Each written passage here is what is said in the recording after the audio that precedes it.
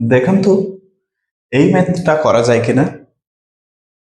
দেওয়া আছে 3 two the power log 3 base 4 into log 4 base 2। খুবই ইজি একটা ম্যাথ, দেখতে কঠিন বলে মনে হচ্ছে। দেখা যাক, আমরা সমাধান শুরু করতে যাচ্ছি। এখানে অপশনের মধ্যে আনসার আছে 2, বি নম্বর অপশনে আছে 3, সি নম্বর অপশনে আছে 8, ডি নম্বর অপশনে আছে 9। 2 3 8 9, দেখা যাক কোনটি হয়।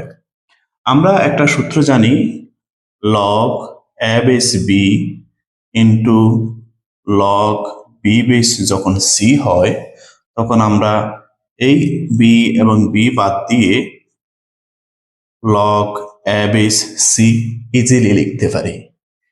তাহলে আমরা সেই সূত্র অনুসারে আমরা এই অংশটাকে লিখতে পারি লগ 3 বেস 2।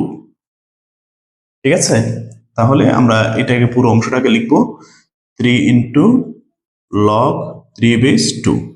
এখন আমাদের লগের আরেকটা সূত্র আছে, সেটা হচ্ছে আমাদের যখন থাকবে 3 ইন্টু লগ 3 বেস 2, হ্যাঁ, এই অংশটাকে আমি এটাকে এ কল্পনা করি, এই 3টাকেও এ কল্পনা করি, এই 2টাকে আমি বি কল্পনা করি। যখন a to the power log a base b থাকবে, তখন আমার শুধুমাত্র বিটাই থাকবে, আনসারে আসবে B.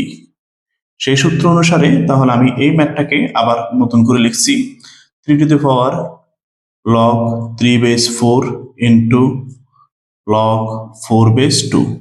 That means 3 to the power log 3 base 2 আসে, আর এখান থেকে সরাসরি 2 আনসার আসবে।